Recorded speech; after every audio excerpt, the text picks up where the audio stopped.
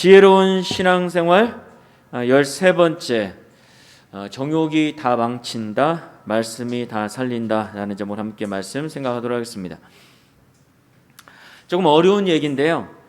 그 서울의 중량구에 있는 D교회가 있는데 17년 전에 봉화선 자락에 종교 부지에 연건평 1000평 규모의 예배당을 신축을 했습니다. 자, 그런데 이 거대한 예배당 규모에 비해 교인들은 별로 잘 늘어나지 않았어요.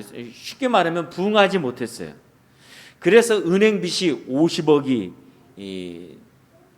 해당하게 되었고 매달 상환해야 할 원금과 이자가 2,800만 원 이상으로 이게 늘어나게 되었습니다. 자, 그러면서 이제 교회 안에 갈등이 시작되어졌는데 게다가 이제 다른 교회와 합병을 하려는 이 과정 속에서 또 이 교회가 이제 더 이상 빚을 감당하지 못하니까 이 교회를 또한 매각하려고 하는 이 과정 속에서 불분명한 사채 빚이 20억이 또 드러나게 되었어요. 그래서 이 사실을 모르고 있다가 알게 된 성도들이 도대체 이게 어떻게 된 거냐 하면서 이제 갈등이 심화되고 법적인 이 분쟁까지 일어나게 되었습니다. 다행히도 S교회라고 하는 교회에서 이 교회를 건물을 인수함으로 인해서 이 빚 문제가 해결되어지고 이 교회 안에 일어난 이 갈등은 노예 중재로 이제 합의가 되어져서 종결이 되었습니다. 그러나 여러분, 이 교회는 이미 다 상처를 받았죠. 그래서 다 망가진 상태였어요. 그래서 담임 목사님은 사임을 하고 성도들은 이 후임 목사님과 함께 이 새로 지어진 예배당이 아니라 이제 어떻게 합니까? 교회를 매각하겠습니까? 전에 건축 전에 쓰던 이 상가에 있는 이 예배당으로 되돌아가게 되었습니다.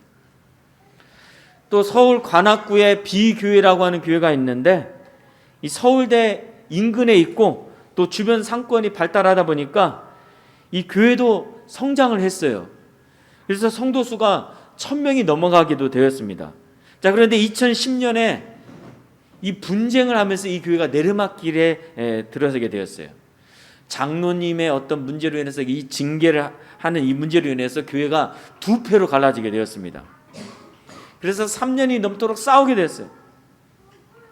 그러다가 이대 목사님이 부임하게 되었는데 이대 목사님이 오면서부터는 좀 안정을 되찾는 데 했습니다. 자, 그러나 오래가지 못했어요.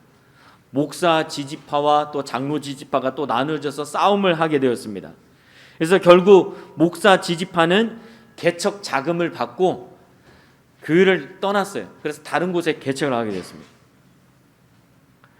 자, 그 다음에 이제 이 B교회는 15분 거리에 있는 이 S교회와 합병을 시도했어요. 그래서 그 S교회와 합병을 하고 S교회 목사님을 담임 목사로 청빙하게 되었습니다.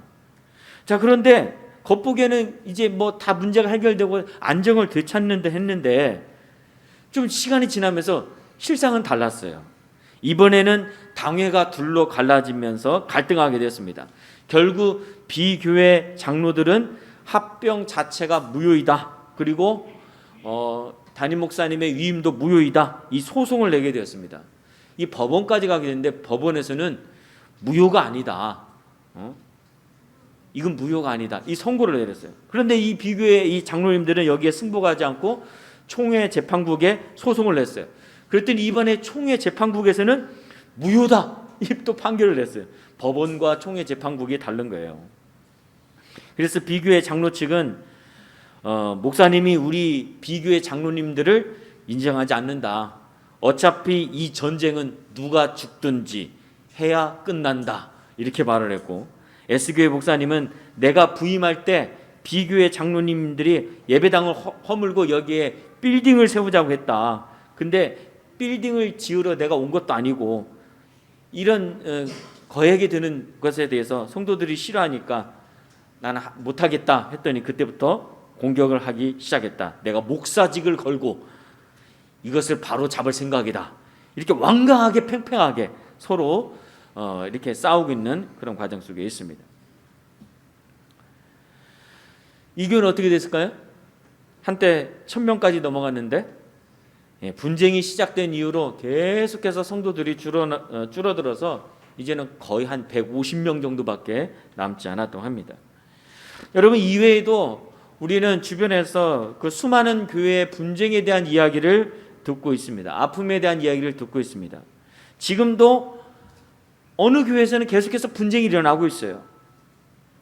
그러나 여러분, 분쟁의 원인이 무엇이고 누가 잘못을 했는지 밝혀내는 것도 상당히 중요하지만 더욱 중요한 것은 무엇이냐?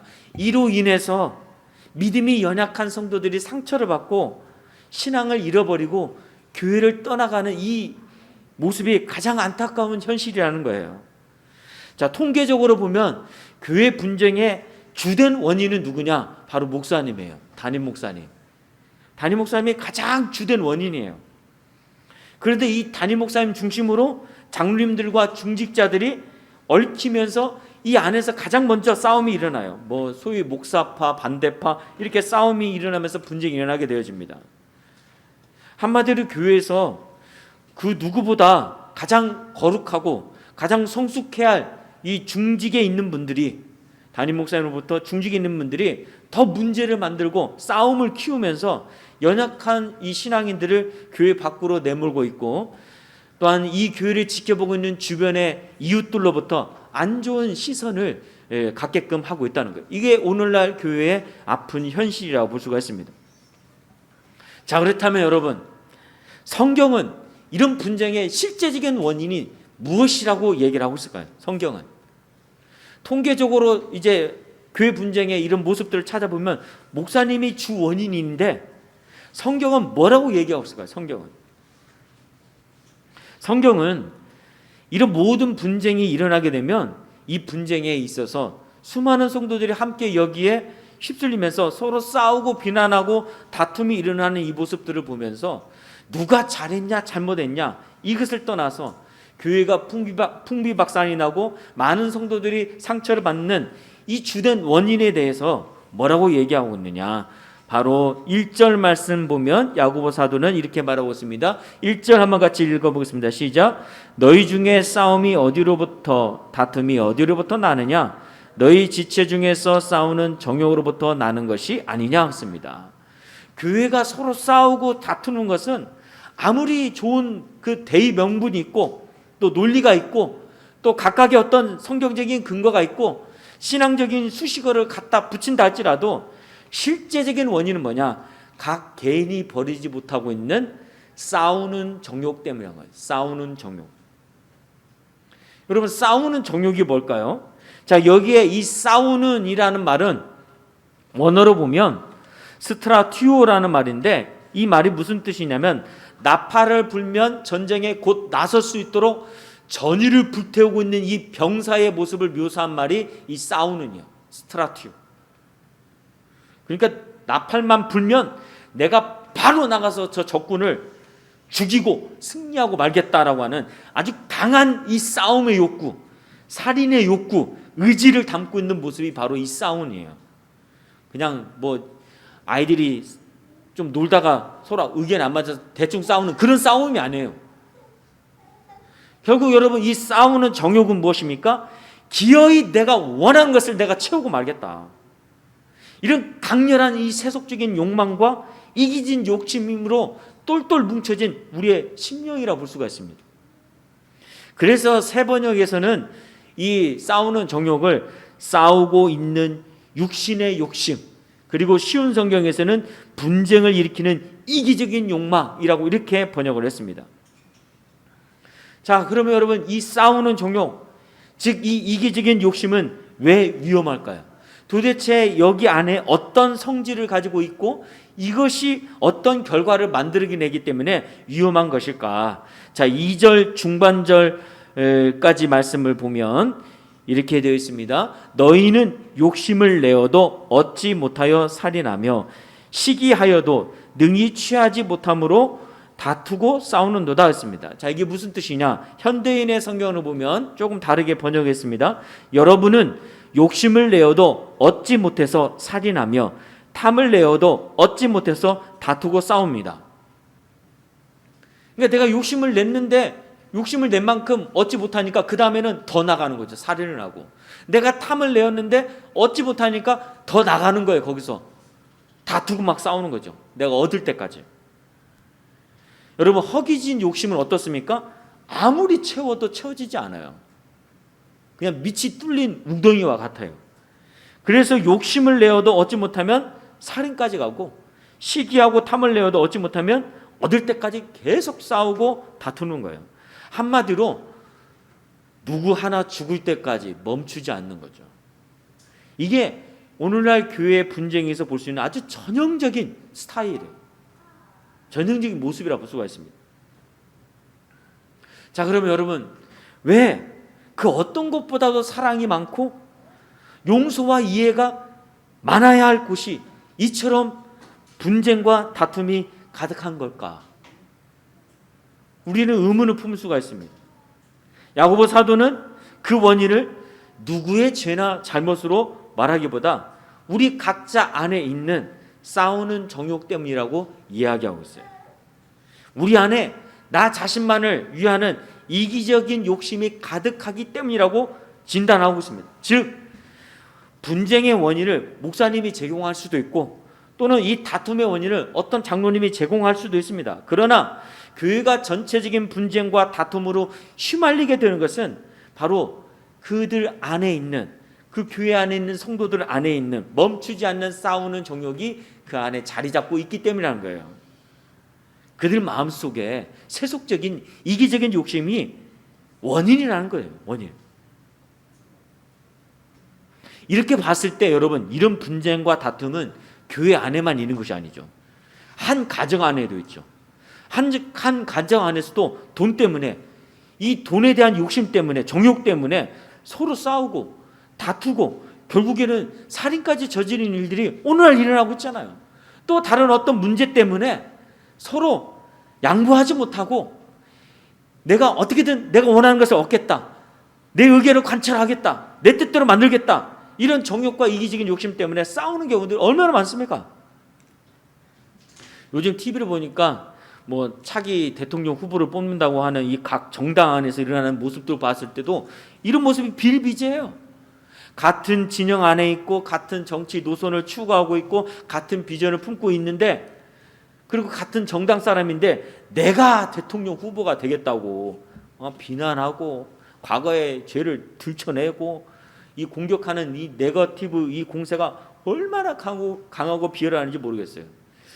저는 때때로 뉴스를 보면서 저분들이 같은 정당 사람들 맞는가, 같은 비전을 품은 사람이 맞는가, 나중에 이렇게 하고도 어떻게 얼굴을 서로 보고 웃을 수 있을까, 뭐 이런 의문들이 듭니다.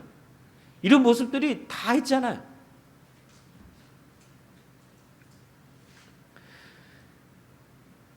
결국 이런 모습이 교회 안에까지 그대로 들어와 있다는 거예요.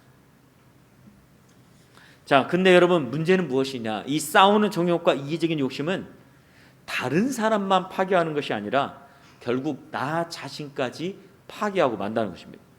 그래서 야고보서 1장 14절 15절 말씀 보면 한번 같이 읽어보겠습니다. 시작. 오직 각 사람이 시험을 받는 것은 자기 욕심에 끌려 미혹됨이니 욕심이 잉태한즉 죄를 낳고 죄가 장성한즉 사망을 낳느니라 했습니다. 우리 안에 정욕과 욕심이 강하게 자리 잡게 되어지면 어떤 일이 일어나느냐? 이 욕심을 통로로 사탄이 우리를 미혹하고 우리를 시험에 빠뜨리게 한다는 거죠. 그래서 우리가 이 욕심을, 우리 안에 이 정욕을 분별하지 못하고 거기에 휩싸이게 되어지면 결국 누가 잘못을 했고 누가 죄를 지었든 간에 분쟁과 싸움에 깊이 관여하게 되면서 누구 하나 죽을 때까지 싸우는 그런 죄와 사망의 구렁텅이에 함께 빠지게 된다는 거예요. 그래서 내가 정의와 공의를 실현하겠다고 하는 어떤 대의 명분이 있다 할지라도 결국에는 거기에 함께 휘말리면서 나 자신까지 파괴하는 그런 모습으로 떨어지게 된다는 거예요. 왜? 욕심은 죄를 낳고 죄는 장성해서 사망을 낳기 때문에 그렇습니다. 야고보서 3장 9절 말씀 보면 이 야고보는 교회 안에 있는 형제를 하나님의 형상대로 지음받은 사람이라고 했습니다. 자, 우리 옆에 있는 한번 사람들 보세요. 당신은 하나님의 형상대로 지음받은 사람입니다. 한번 이렇게 축복했으면 좋겠습니다. 졸린 것 같은데. 아닌 것 같아요? 당신은 하나님의 형상대로 지음받은 사람입니다. 다 안에 우리 안에 하나님의 형상이 있어요. 근데 이 싸우는 정욕과 이기적인 욕심에 사로잡히면 내가 짓밟고 무시하고 비난하고 싸우고 있는 이 사람이 하나님의 형상대로 지음받은 것, 고귀한 존재라는 사실을 다 잊어버려요. 그냥 내 적이야. 내가 짓밟아서 눌러야 할 사람이에요. 그래서 어떻게든 그 사람을 망가뜨리고 나를 세우려고 하는 이 악한 마음이 우리 안에 있게 되어지는 것이죠. 이 상황에서 우리는 아주 중요하고 고귀한 가치를 잊어버리는 거예요. 또 여러분, 교회는 뭐라고 했습니까? 예수님의 몸이라고 했죠. 그래서 우리가 예수님의 몸이기 때문에 다른 지체와 영적으로 아주 긴밀하게 연관되어져 있습니다. 연결되어 있어요. 따라서 여러분, 다른 지체와의 싸움은 결국 누구와의 싸움이 됩니까? 예수님과의 싸움이 되는 거죠.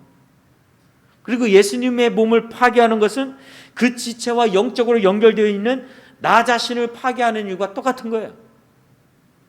그렇기 때문에 여러분, 누가 이기든지 지든지 분쟁과 싸움 속에서 주님의 몸은 당연히 깨어지게끔 되어 있고, 주님의 몸이 깨어지면 다른 지체들뿐만 아니라 나 자신도 깨어지는 거예요. 나 자신도 상처받고 나 자신도 영적으로 피폐해지고 나 자신도 침체에 빠지게 되는 거예요. 그래서 모두가 다 패배자가 되는 거예요. 누가 이겼든 지겠든 다 패배자가 되는 것이죠. 여러분, 이런 불행한 결과를 만드는 원인이 무엇입니까? 바로 우리 안에 있는 싸우는 정욕, 이기적인 욕심이에요. 이것을 누가 조장할까요? 이런 싸우는 정욕이 계속 일어나도록, 이기적인 욕심을 계속 품도록 누가 조장할까요? 바로 사탄이에요. 사탄이 배후에서 조장하고 있는 거예요. 그런데도 이 사탄의 유혹에 넘어간 자들이 너무 많다는 것이 오늘날 우리 교회의 현실이라고 볼 수가 있습니다. 자, 이처럼 여러분, 싸우는 정욕과 이기적인 욕심은 다른 사람과 나와의 이 수평적인 관계를 깨트립니다. 그래서 공동체를 파괴해요. 근데 여기에서 그치지 않아요. 사단은 절대로 여기서 멈추지 않습니다. 사단의 주 목적은 무엇이냐? 우리를 하나님과 완전히 떼어놓는 거예요. 그래서 싸우는 정욕과 이기적인 욕심은 결국에는 하나님과의 이 수직적인 관계까지도 파괴하게 되는 거예요. 그래서 일어난 이 결말이 무엇이냐? 기도가 막히게 되는 거예요. 기도가. 결국은 기도가 막혀요. 자, 2절 하반절에서부터 3절 말씀 보면 한번 같이 읽어보겠습니다. 시작. 너희가 얻지 못함은 구하지 아니하기 때문이요 구하여도 받지 못함은 정욕으로 쓰려고 잘못 구하기 때문이라 했습니다. 이 사람과의 관계에서 이 싸우는 정욕과 이기적인 욕심으로 다투는 사람은 하나님께 내가 기도할 필요를 느끼지 못해요. 왜? 내 안에 대의 명분이 있고 나 나름대로 이 싸워야 할 어떤 이유가 있기 때문에 그것을 추구할 뿐이지 하나님께 기도할 이 필요를 느끼지 못해요. 그냥 처음부터 기도할 마음이 사라져 있는 상태인 거죠. 설령 기도한다 할지라도 하나님께 이 모든 것을 다 맡기고 도움을 요청하는 그런 기도를 하는 것이 아니라 자신의 목적과 자신의 방법대로 이루어 달라고 떼쓰는 것에 불과한 모습에 불과하다는 것입니다. 그래서 이런 사람은 기도하면 기도할수록 어떨까요? 자기 정당화의 오류에 빠지는 거예요. 자기 확신의 늪에 깊이 빠지는 거예요. 기도하면 기도할수록 자기 중심적으로 변하는 겁니다. 자기 생각이 옳다는 쪽으로 자꾸 기울어지게 되는 거예요. 그래서 기도하는데도 분쟁이 그치지 않아요. 기도하는데도 다툼이 그치지 않습니다. 기도하는데도 하나님이 싫어하는 행동을 멈추지 않는 거예요. 우리가 기도하는 이유가 뭡니까? 하나님의 뜻대로 우리가 지난주에 말씀드린 것처럼 화평을 이루기 위해서 기도하는 것인데, 하나님이 기뻐하는 것을 이루기 위해서 기도하는 것인데, 기도하는데도 이런 것이 더 멈추지 않고 더 강화되는 거예요. 왜 이렇게 되었습니까? 정욕으로 쓰려고 잘못 기도했기 때문인 거죠. 정욕으로 쓰려고. 하나님의 뜻을 이루기보다 내 뜻과 내 욕심을 이루기 위해서 기도하기 때문입니다.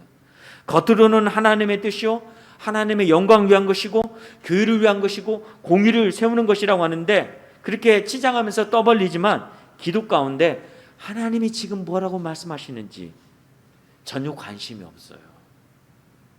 그냥 자기 결정대로 끝까지 이루어지도록 하나님이 도와달라고 그렇게 기도할 뿐이란 거죠. 그렇기 때문에 이들의 기도에는 하나님의 말씀에 순종하려고 하는 온유함이 없습니다. 그 온유함으로 하나님이 원하시는 샬롬, 이 화평을 위하는 마음이 없는 겁니다. 자기 정욕과 욕심을 채우고 교회와 형제와의 화평을 내팽개쳐버리고 결국에는 하나님과 단절되고 마는 거예요. 자, 이런 신앙인들을 놓고 야고보 사도는 뭐라고 했을까요?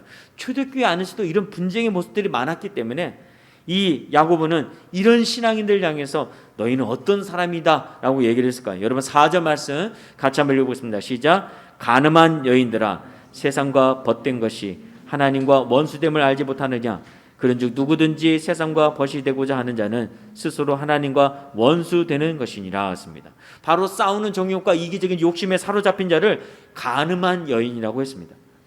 세상과 벗된 자이고 결국에는 하나님과 원수되는 것이라고 얘기하고 있어요. 세상과 벗된다고 했을 때 여러분 여기에서 세상은 어떤 세상을 말하는 것일까요? 여기서 말하는 세상은 하나님은 전혀 안중에도 없는 그런 세상을 말하고 있는 거예요. 여러분 솔직히 한번 생각해 봅시다. 세상이 하나님을 인정합니까? 세상이 하나님을 인정해요? 안 해요. 우리나라 역대 대통령들이 하나님을 인정합니까? 뭐 장로님이 되신 분이 대통령이 됐어도 하나님 인정하지 않더라고요. 세상이 하나님의 통치와 다스림을 인정합니까? 안 해요. 세상이 하나님의 창조를 인정합니까? 안 하죠. 하나님의 뜻을 추구합니까? 추구하지 않습니다. 세상이 하나님의 말씀을 존중해서 우리 그 말씀대로 살아야 한다고 순종을 말합니까? 절대로 얘기하지 않아요. 세상은. 그러니까 여러분 싸우는 정욕과 이기적인 욕심을 따라 살아가는 자는 이런 세상과 벗되는 자라는 거죠. 그럼에도 불구하고 겉으로는 신앙을 버리지 않아요. 교회를 등지거나 하나님을 떠나지는 않습니다. 그러나 하나님과 세상을 둘 다 붙잡는 이 두 마음을 가지고 있는 거예요. 하나님만 사랑하는 것이 아니라 세상도 사랑해요. 그런데 실제로 보면 세상을 더 사랑해요. 양다리를 거치고 있는 거죠. 마치 간음하는 사람처럼 그렇게 된다는 거예요. 근데 그 열매는 무엇입니까? 깨어짐이고 분열이고 다툼이고 하나님과 원수가 되는 거예요. 따라서 여러분 우리 믿는 자들은 항상 무엇을 먼저 바라봐야 하는가? 어떤 문제가 있든지 어떤 마음에 들지 않는 것들이 있든지 항상 우리 믿는 자들은 무엇을 먼저 바라봐야 하는가? 바로 하나님의 눈으로 내 속을 먼저 바라봐야 돼요. 내가 어떤 행동을 하든지 내가 어떤 기도를 하든지 간에 하나님의 말씀의 거울로 내 마음속 깊은 곳을 먼저 비춰봐야 돼요. 그래서 내 안에 싸우는 정욕과 이기적인 이 자기 욕심이 있지는 않는지 그걸 먼저 살펴봐야 돼요. 가정에서도 마찬가지고 세상에서도 마찬가지입니다. 왜냐하면 이것을 매개로 사탄이 자꾸 우리를 싸우는 정욕과 욕심에 빠지게끔 역사하고 오기 때문에 그렇습니다. 그래서 내 마음을 먼저 바라보고 사탄이 지금 나를 충돌질을 하고 있지는 않은지, 내가 정욕과 욕심을 채우기 위해서 이 싸움과 분열을 조정하고 있는 이 사탄의 유혹에 빠져 있지는 않는지, 내가 하나님의 뜻보다도 내 욕심을 먼저 채우기 위해서 그런 기도에 유혹되고 있지는 않는지, 그래서 하나님보다 세상을 더 사랑하는 이 영적인 간음에 빠진 상태에 있지는 않는지, 그래서 내가 하나님의 원수 되는 그런 모습으로 가고 있지는 않는지 내 자신을 먼저 진단해야 한다는 거죠. 이 진단이 없이는 우리는 계속 분쟁할 수밖에 없고 계속 다툴 수밖에 없는 거예요. 하나님의 뜻을 따라 갈 수가 없는 거죠. 세상적인 방법대로 세상적인 정욕을 따라 살아갈 수밖에 없다는 것입니다. 14세기에 현재 벨기에에 해당하는 곳에 레이몬드 3세라는 왕이 살고 있었습니다. 제가 막 찾아보려고 했는데 사진이 없어가지고 사파를 찾아왔습니다. 자, 이 레이몬드 3세 밑에 친동생이 있었는데 친동생이 이 쿠데타를 일으켜서 정권을 잡았어요. 보통 쿠데타를 일으켜서 정권을 잡으면 어떻게 합니까? 왕을 죽이죠. 근데 차마 이 동생이 형이니까 죽이지 못하고 감방에 가뒀습니다. 근데 이 감방의 문을 아주 특별하게 설계를 했어요. 이 레이몬드 3세가 원래 식성이 좋아서 이렇게 뚱뚱한 몸매를 갖고 있었는데 그 몸집으로는 도저히 빠져나올 수 없는 그 문을 만들어 놨어요. 근데 살을 빼면은 나올 수 있어요. 그래서 살을 빼고 여기에 나오면 자유의 몸이 되게끔 해주겠다, 이런 조건까지 걸었습니다. 그리고는 날마다 감방에 정말 맛있는 음식을 공급해 줬어요. 자, 그것들을 먹지 않고 다이어트를 정말 이것을 먹지 않고 참으면서 다이어트를 했으면 틀림없이 몸무게가 줄고 배가 들어가서 이 문을 통과해서 자유의 몸이 될 수가 있었을 거예요. 그런데 이 레이몬드 3세는 이 맛있는 음식을 거절할 수가 없었어요. 그래서 오히려 더 뚱뚱해졌어요. 그 깜방 안에서 운동도 못하고 막 더 비대해졌습니다. 그래서 죽는 그날까지 이 깜방을 벗어나지 못했다는 거예요. 그래서 결론적으로 이 이야기는 무엇을 얘기하느냐? 레이몬드 3세는 철창의 포로가 아니라 결국 식욕의 포로였다라는 거예요. 자기 안에 있는 이 음식에 대한 이 정욕, 욕심을 버릴 수 없어서, 그 욕심을 이길 수가 없어서 자유라고 하는 삶의 아주 고귀한 가치를 잃어버리고 말았다는 거예요. 여러분, 정욕과 자유 둘 다 붙잡을 수 없습니다. 하나님과 세상 둘 다 친구가 될 수가 없어요. 세상과 버타는 순간 하나님과는 원수가 되는 거예요. 둘 다 기쁘게 하겠다, 이렇게 하는 사람은 가장 나쁜 위선자예요. 이 거짓되고 위선적인 지혜를 가진 사람에 불과하다는 것입니다. 자유를 얻으려면 맛있는 음식을 포기해야 하듯이 진정한 화평과 하나님으로부터의 그 진정한 기도 응답을 받으려고 한다면 내 안에 있는 이 싸우는 정욕과 이기적인 욕심을 버릴 수 있어야 한다는 것이죠. 그리고 하나님의 말씀에 온유함으로 순종해야 한다는 거예요. 예수님처럼 화평을 위해서 그 하나님 말씀 앞에 나 자신을 희생시킬 수 있어야 한다는 것입니다. 이것이 진짜 내가 속한 교회 공동체나 가정 공동체나 이 사회 공동체를 살리는 하늘의 지혜인 거예요. 그리고 하나님과의 관계를 살리는 진정한 지혜라는 거예요. 자, 그렇다면 여러분, 오늘 우리는 얼마나 하나님의 말씀을 온유함으로 받아들이고 있는 것일까요? 내 안에 있는 이 정욕과 욕심을 통제하고 제어하기 위해서 얼마나 하나님의 말씀을 읽고 묵상하고 들으며 순종하려고 하는 노력을 우리의 삶 속에서 하고 있을까요? 한번 한 주 동안의 삶을 되돌아봤으면 좋겠습니다. 솔직히 저도 너무 더워가지고 삶에 의욕이 없어서 제대로 못했어요. 설교 쓰기가 너무 힘들었어요. 설교 쓰기가. 여러분 어떠신지 모르겠습니다.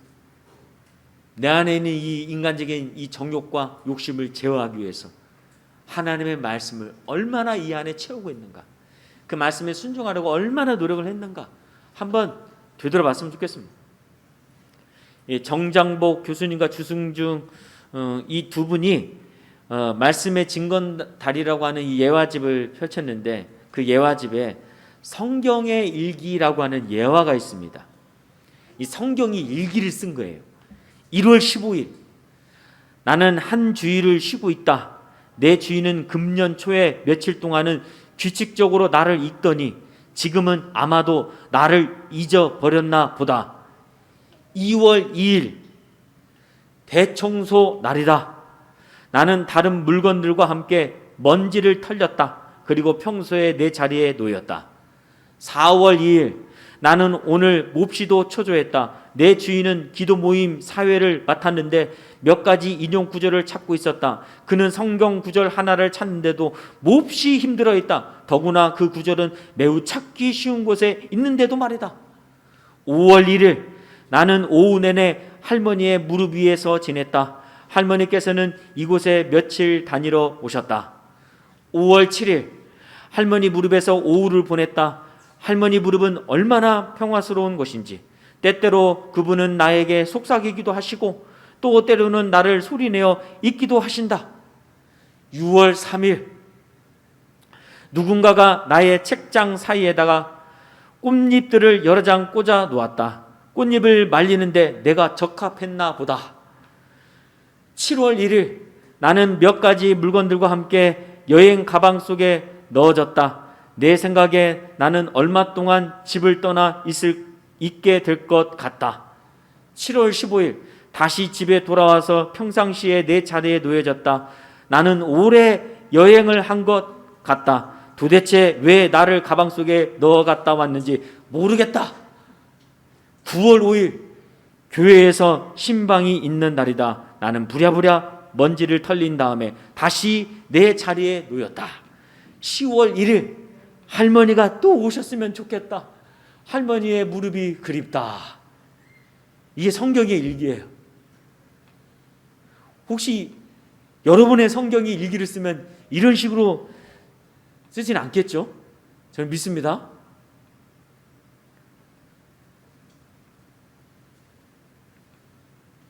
여러분의 성경이 여러분 자신을 그리워하는 것이 아니라 혹시 다른 누군가를 그리워하고 있지는 않는지 한번 우리의 모습을 되돌아봤으면 좋겠습니다. 말로는 하나님을 믿는다고 하고 말로는 하나님의 말씀이 중요하다고 여기고 특히 대표 기도하실 때는 어떻게 그렇게 잘들 얘기하시는지 제가 입에서 아멘이 저절로 나오는데 세상을 향한 이 정욕과 욕심 때문에 말씀을 보고 읽고 묵상하는 일을 등한히 하고 있지는 않는지 한번 우리의 모습을 되돌아봤으면 좋겠습니다. 여러분, 읽지 않는데 어떻게 하나님의 말씀을 압니까? 듣지 않는데 어떻게 하나님의 말씀이 내 마음에 새겨지겠습니까? 묵상하지 않는데 그 하나님의 그 깊은 뜻을 어떻게 깨달을 수 있겠습니까? 순종하지 않는데 어떻게 말씀의 능력이 내 삶 속에서 나타날 수가 있을까요? 그리고 기도한다고 응답이 되어지겠습니까? 안 되는 거죠. 지금 내 마음과 여러분의 마음이 무엇에 집중되어 있는 것일까요? 하나님을 믿고 기도하는 이유가 도대체 무엇 때문일까요? 과연 저와 여러분은 우리의 일상에서 무엇에 가치를 두고 그 가치를 지키기 위해서 정말로 무엇에 정말로 우리의 열정과 우리의 생각과 우리의 마음을 쏟아붓고 있는 것일까요? 여러분, 혹시 싸우는 정욕, 이 세속적인 이기적인 욕심은 아닌지, 아니면 정말로 하나님의 뜻, 그 하나님의 말씀의 가치를 위해서 내가 노력하고 있는 것인지 한번 판단해 보십시오. 사랑하는 성도 여러분, 우리가 이 죄악과 탐욕이 가득한 이 세상을 이기는 길은 하나님의 말씀밖에 없어요. 온유함으로 그 말씀에 순종하고 예수님처럼 화평을 위해 희생하는 것입니다. 이 가치가 있을 때 우리 기도 또한 위대하게 응답이 되는 거예요. 그러므로 여러분, 제가 이 날씨가 덥고 코로나19로 정말 힘든 이런 상황 가운데 있지만 여러분, 우리가 이런 어려운 시대를 이겨나가기 위해서는 아까도 기도할 때도 또 인사할 때도 얘기했지만은 우리의 이 개인적인 영성이 중요한 거예요. 그러므로 여러분, 날마다 하나님 말씀에 친숙했으면 좋겠습니다. 조금이라도, 짧은 순간이라도 이 안에 담긴 이 영적인 가치, 고귀한 가치를 깨닫고 온유함으로 이 말씀을 묵상하고 내가 순종하겠습니다. 이런 사람이 됐으면 좋겠습니다. 특별히 예수님처럼 화평하기 위해서 나 자신을 십자가에 못 박고 내 욕심을 못 박고 그렇게 나아갔으면 좋겠습니다. 그런 사람이 다른 사람을 살리고 하나님과 벗되어 더 놀라운 기도의 응답의 역사가 나타나게 될 줄로 믿습니다. 아멘.